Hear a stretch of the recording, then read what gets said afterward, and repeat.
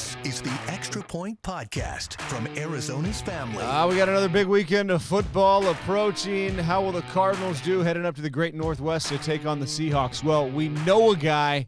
Let's talk to the hottest handicapper right now in sports, New York Knicks picks. Nick, how you doing today? Hey, let me tell you this much, Mark. I'm 17-2 on the season, all documented on TikTok and my Twitter account. If I go 0-3 this weekend, we know whose fault it is, okay? So don't be surprised if Tuesday night you get a knock on your door if you see an 0-3 record from me this weekend, okay? I'm not going to have like a horse head in the bed, or am I going to be sleeping with the fishes? No pressure on me. Yeah. All the pressure's on you this weekend, Mark. Yeah, I'm not picking the games. I'm going to follow your picks. We've been following you for a while. You're red hot right now. What's been kind of the key to your success? I think you look for the footprints. You look for footprints. You look for clues. I'm a big numbers guy. I like to check out the stats. And you look to see if it tells a story, okay? And for instance, with the Arizona Cardinals right now, they're last in the league in offensive yards per play. We're 5 games into the season. That's no accident, okay? Maybe there's a little noise in the stats. Maybe they're not the worst team offensively in the NFL, but you can't sit here and honestly make the argument that they're a top half offense, okay? Which is shocking to me because last year, I mean, Kyler Murray, they were 4th in the NFL in yards per pass attempt last year. This year, they're last. What happened? It's like they went from living in Midtown to in a nice neighborhood in Murray Hill. They didn't even just move to Alphabet City downtown in a grimy area. They went straight out to Staten Island. I don't know what happened to them. They've lost 2 games with their opponents scored 20 points. Last year, when they started off 7-0, 6 of those games, they scored more than 30. So as an outsider, I'm just a tourist on this show, okay? I'm surprised with just their offensive ineptness so far this year. I thought if they'd lose, they'd be losing 35-31, not 20-12.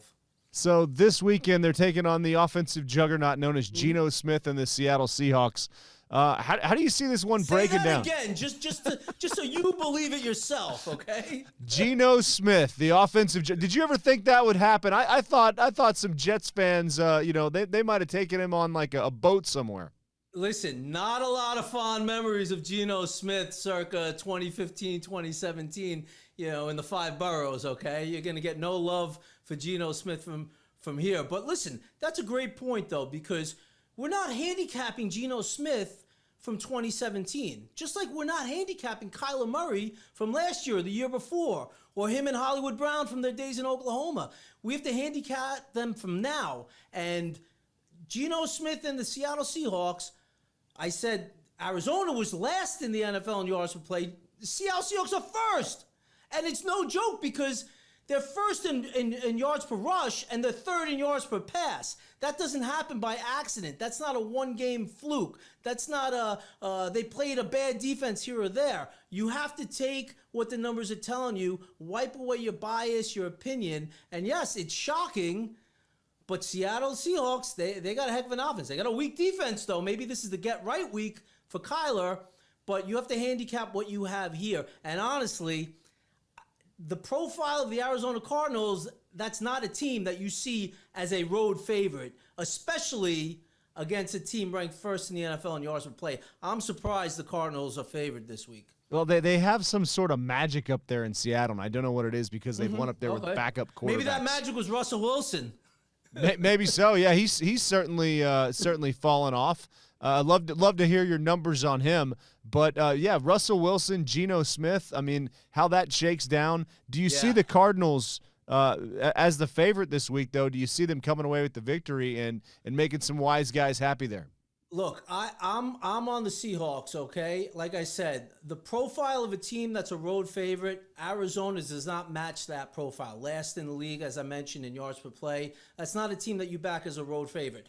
There's no guarantee. My crystal ball doesn't work. But what we do is we're just looking for situations that are what's called plus EV, okay? Plus expected value. And fading a team like Arizona on the road as a favorite, that falls into what I look for when I'm handicapping football. So I hate to be the rude guest on your show, the rude intruder. Hey, come on down, New York Nick. Tell us how bad the Cardinals are going to lose. But hey, Look, I'm the biggest fan of Benjamin Franklin, those $100 bills. That's what I'm a fan of. So we'll see how it plays out on Sunday. Yeah, I think you're right. Until they get DeAndre Hopkins back, there's not going to be a whole lot of offensive help there for Kyler Murray in company. Are you do you look ahead to DeAndre Hopkins and what he can bring to the Cardinals, or are you just a week-to-week guy?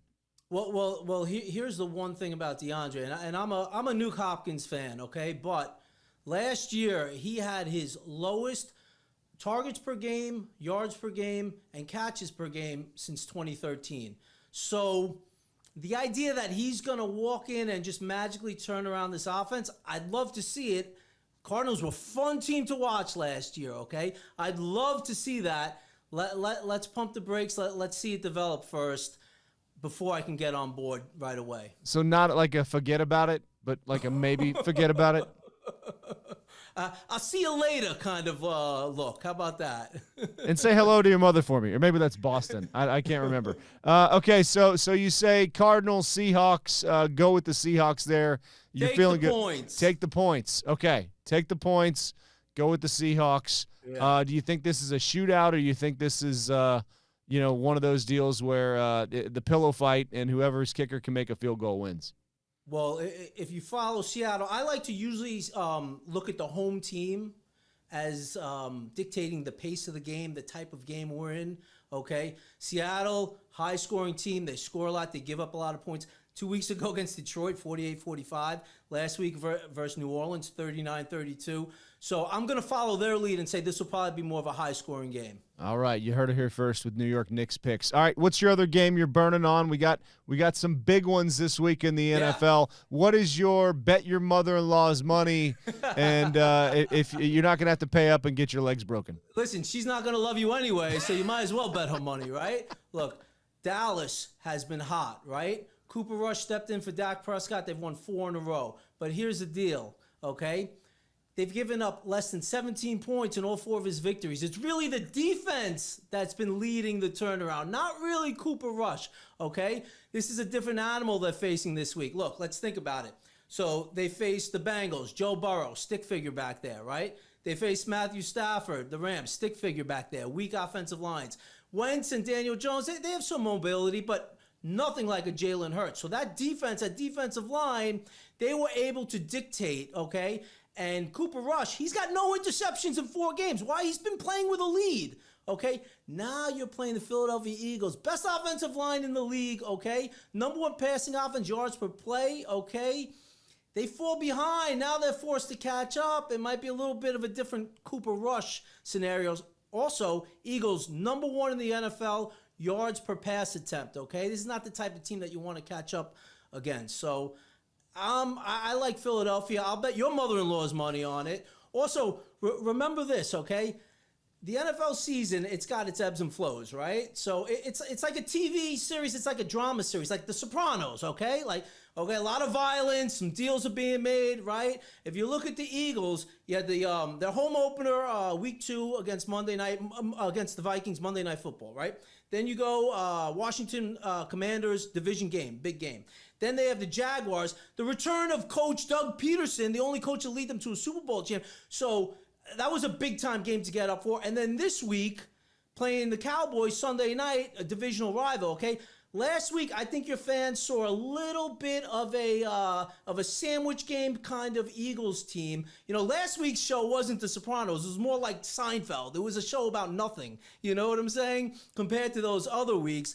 But the Eagles have been dominant all year. They've led every game at some point in the game. They've led by 14 or more in every game this season. Think about that, okay? They were down 14-0 to the Jaguars. All of a sudden, it was 29-14 Eagles. I think this is, along with Buffalo, the best team in the NFL. And to me, the subway ride that Cooper Rush is on, well, next stop is Loserville. It's your turn to get off, Cooper. So he's going to Satriali's Deli is what you're telling me. Yeah. I like the Eagles this week. All right, what else you got underneath that hat there in New York? I got a college game for your folks, okay? All right, what do you got? The last week I was all over Texas versus Oklahoma. That was a winner, okay? Hold on 1 second. I just want you to see this. Thank you. Nice, That was nice. a beautiful Hook 'em, one. baby. Yeah. Hook My me, Longhorn. Vinny, hook me. Now you're hooked, okay? This week it's Texas Christian versus Oklahoma State. It's like I'm living in a parallel universe, okay? But look, TCU. Look, when we're handicapping college games, it's a little different because you got all these out-of-conference action and FCS teams and so on and so forth. But if you look at the schedules of TCU and Oklahoma State, they're 4 FBS games, okay? They both played an out-of-conference non-Power 5 team. TCU played SMU, and Oklahoma State played Central Michigan. So similar type of competition level, right? Then they both played an out-of-conference Power 5 team. And in fact, both from the Pac-12. TCU played Colorado, who's awful, and Oklahoma State played ASU, who's not awful, right? Forget about it. Yeah. Okay, so now they both play 2 conference games each. TCU versus Oklahoma, and this week at a pretty good Kansas team, and then Oklahoma State played at Baylor, and this week at Texas Tech. But if you look at those 4 FBS games, okay, and look at the stats just from those 4 games, TCU, number 1 in the nation in offensive yards per play, okay? Oklahoma State, out of 66 FBS Power 5 teams, 45th, okay? And just for context, ASU, they're 35th, okay? So they're 10 spots behind ASU as far as offensive yards per play in FBS games. How about this? Explosive plays. 50 or more yards, okay? Big plays, going to get you a score, or at least in the red zone or in field goal range with a 50-plus yard play.